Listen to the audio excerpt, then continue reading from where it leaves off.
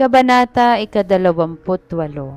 Sinabi ni Yahweh kay Moises, sabihin mo sa mga Israelita na sila'y mag-alay sa akin ng mga handog na pagkaing butil, handog na susunugin at mababangong handog sa takdang panahon. Ito ang ihahandog nila sa akin araw-araw bilang handog na susunugin. 2 tupa na tig-1 taong gulang at walang kapintasan, isa sa umaga at isa sa hapon. Ito'y sasamahan ng kalahating salop ng harina at minasa sa 1 litrong langis ng olibo. Ito ang pangaraw-araw ninyong handog na susunugin, tulad ng sinabi ko sa inyo sa bundok ng Sinai. Isang mabangong handog sa akin. Samahan ninyo ito ng 1 litrong handog na inumin na inyong ibubuhos sa dakong banal para sa akin. Ang isa pang tupa ay ihahandog nga sa hapon at sasamahan din ng handog na pagkaing butil at handog na inumin tulad ng handog sa umaga, upang ang usok nito'y maging mabangong samyo para sa akin. Tuwing araw ng pamamahinga, 2 lalaking tupang tig-1 taong gulang at walang kapintasan ang inyong ihahandog. Sasamahan din ito ng handog na pagkaing butil at handog na inumin. Ang handog na pagkaing butil ay 1 salop na harina at minasa sa langis ng olibo. Ito ay ihahandog ninyo tuwing araw ng pamamahinga, bukod sa pang-araw-araw ninyong handog.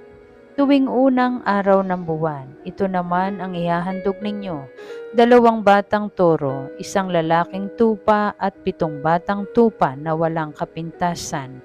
Ang handog na pagkaing butil ay 1.5 salop ng harinang minasa sa langis para sa bawat toro, 1 salop para sa 1 tupa, at kalahating salop naman sa bawat batang tupa.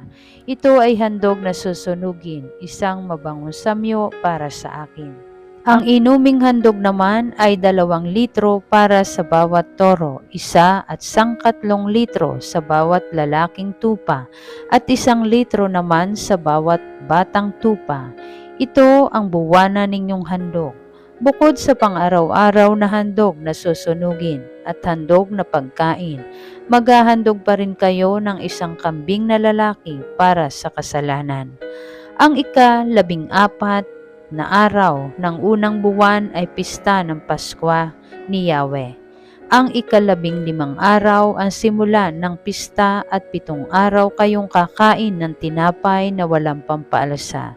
Sa unang araw, magdaraos kayo ng banal na pagpupulong. Huwag kayong magtatrabaho sa araw na iyon. Sa halip, magdala kayo ng handog na susunugin. Ito ang ihahandog ninyo, 2 batang toro, 1 lalaking tupa at 7 tupang tig-1 taong gulang at walang kapintasan.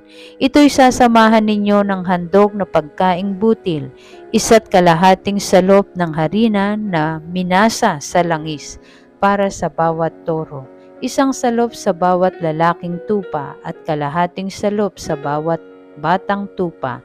Maghahandog din kayo ng 1 kambing na lalaki para sa katubusan ng kasalanan ng bayan. Ang mga ito ay ihahandog ninyo bukod pa sa pang-araw-araw na handog. Sa loob ng 7 araw, iyan ang mga handog na inyong susunugin, 1 mabangong samyo para sa akin. Ito'y inyong gagawin maliban pa sa pang-araw-araw na handog na sinunog at sa inuming handog. Sa ika-7 araw, magdaraos muli kayo ng banal na pagpupulong. Huwag kayong magtatrabaho sa araw na iyon. Sa unang araw ng pista ng pag-aani, magdaraos din kayo ng banal na pagpupulong at doon ninyo ihahandog ang unang ani ng inyong mga bukid. Huwag din kayong magtatrabaho sa araw na iyon. Sa halip, mag-alay kayo ng handog na susunugin, handog na mabangong samyo kay Yahweh. Ito ang inyong ihahandog, 2 batang toro, 1 lalaking tupa at 7 batang tupa. Sasamahan ninyo ito ng handog na pagkaing butil, 1.5 salop ng harina na minasa sa langis ng olibo para sa bawat toro, 1 salop para sa bawat lalaking tupa at kalahating salop para sa bawat batang tupa. Maghahandog din kayo ng isang kambing na lalaki para sa katubusan ng kasalanan ng bayan. Ito ihahandog ninyo kasama ng handog na inumin, bukod sa pang-araw-araw na handog na susunugin at handog na pagkaing butil. Kinakailangang ang mga ito'y walang kapintasan. Kabanata ika-29. Sa unang araw ng ikapitong buwan, magdaraos kayo ng banal na pagpupulong, at huwag kayong magtatrabaho sa araw na iyon, ay hipa ninyo ang mga trompeta. Mag-alay kayo ng handog na susunugin, handog ng babangong samyo para sa akin. Ihandog ninyo ang isang batang toro, isang lalaking tupa at 7 walang kapintasang tupa na tig-1 taon pa lamang. Sasamahan ninyo ito ng handog na pagkaing butil, 1 kalahating salop ng harinang minasa sa langis para sa toro, 1 salop para sa tupa, at kalahating salop para naman sa bawat batang tupa. Maghahandog din kayo ng 1 kambing na lalaki para sa katubusan ng inyong mga kasalanan. Ang mga handog na ito'y bukod pa sa mga handog na susunugin at handog na pagkaing butil at inumin sa bagong buwan at sa araw-araw. Ito'y susunugin ninyo upang ang usok nito'y maging mabangong samyo kay Yahweh. Sa ika-10 araw ng ikapitong buwan, magdaraos din kayo ng banal na pagpupulong. Huwag kayong kakain ni magtatrabaho sa araw na iyon. Sa halip, mag-alay kayo ng handog na susunugin, handog na mabangong samyo para kay Yahweh. Ihandog ninyo ang 1 batang toro, 1 lalaking tupa at 7 tig-1 taong tupa na pawang walang kapintasan. Sasamahan ninyo ito ng handog na pagkaing butil, 1 kalahating salop ng harina na minasa sa langis para sa toro, 1 salop naman para sa tupang lalaki, at kalahating salop naman para sa bawat tupa. Maghahandog din kayo ng 1 kambing na lalaki para sa kapatawaran ng kasalanan ng bayan. Ito ay bukod sa pang-araw-araw na handog para sa kapatawaran ng kasalanan, handog na susunugin at handog na pagkaing butil at inumin. Sa ika-15 araw ng ikapitong buwan, magdaraos din kayo ng banal na pagpupulong. Huwag kayong magtatrabaho sa araw na iyon at 7 araw kayong magpipista bilang parangal kay Yahweh. Kayo'y magdala ng handog na susunugin, handog na mabangong samyo para kay Yahweh. Sa unang araw, ihahandog ninyo ang 13 batang toro, 2 lalaking toro at 14 na tupang tig-1 taong gulang at walang kapintasan.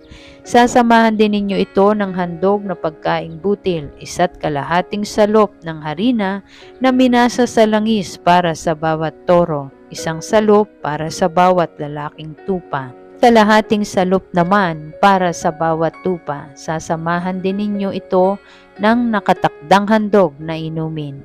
Maghahandog din kayo ng 1 kambing na lalaki para sa kapatawaran ng kasalanan ng bayan. Ito'y bukod pa sa pang-araw-araw na handog. Sa ika-2 araw, ang ihahandog ninyo'y 12 batang toro, 2 lalaking tupa at 14 na tupang tig-1 taong gulang at walang kapintasan. Sasamahan ito ng handog na pagkaing butil at inumin, gaya ng nakatakda para sa unang araw. Maghahandog din kayo ng 1 kambing na lalaki para sa kasalanan ng bayan. Ito'y bukod pa sa pang-araw-araw na mga handog.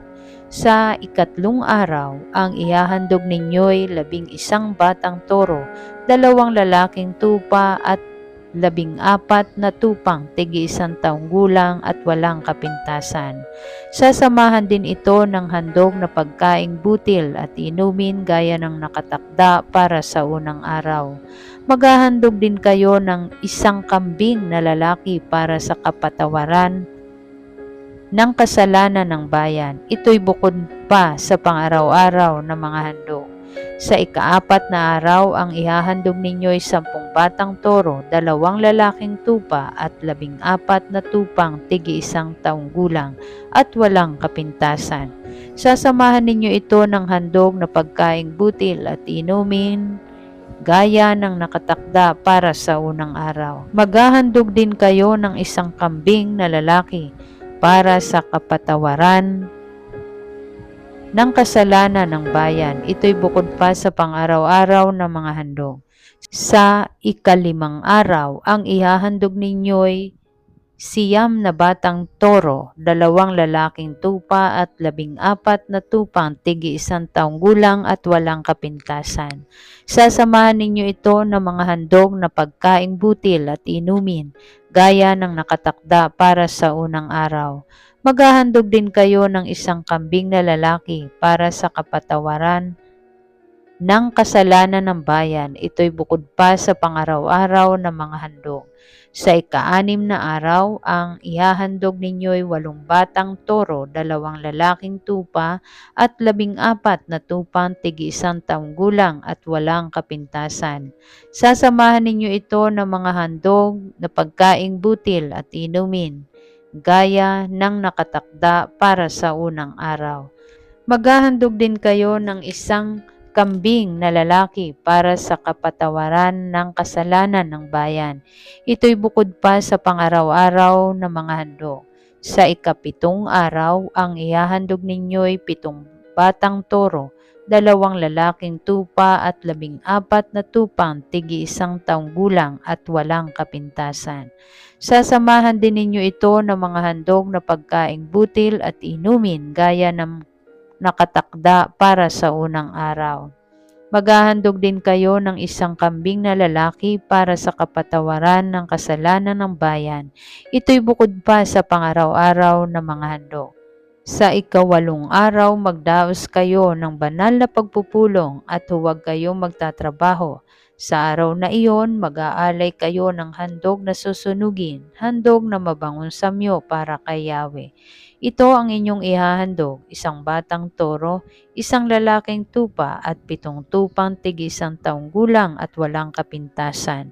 Ito'y sasamahan ninyo ng handog na pagkaing butil at inumin, gaya ng nakatakda para sa unang araw.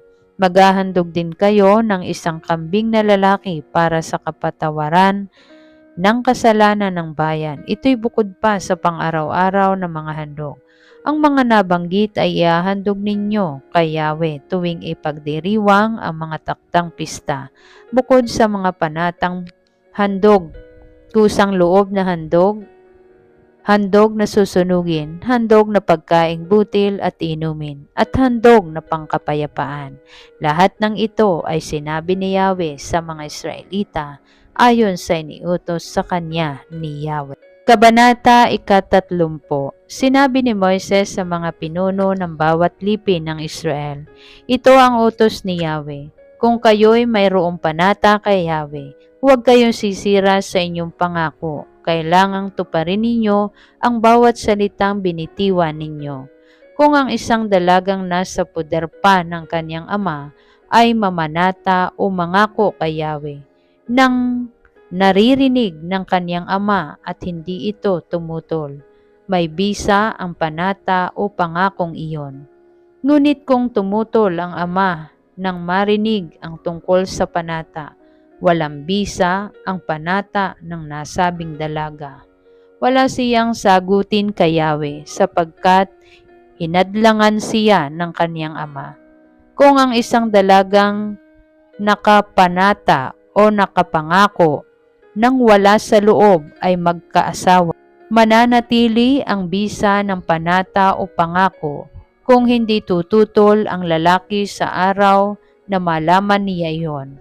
Ngunit kung tumutol ang lalaki sa araw na malaman iyon, mawawala ng bisa ang panata ng babae at hindi siya paparusahan ni Yahweh.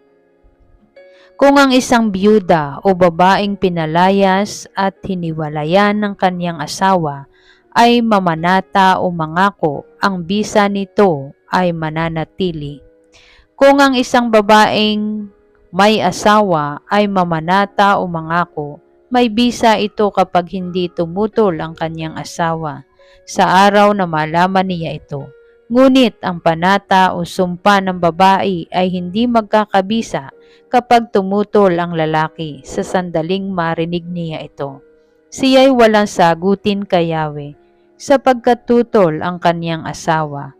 Anumang panata o pangakong gawin ng babae ay walang kabuluhan kung tututulan ng kanyang asawa. Ngunit magkakabisa kung sasang-ayunan nito. Kapag hindi tumutol ang lalaki sa araw na malaman niya ang panata ng asawa, may bisa ang panatang iyon. Ngunit kapag pinawalang bisa niya iyon, pagkaraan ng ilang araw, siya ang mananagot sa di pagtupad ng kanyang asawa.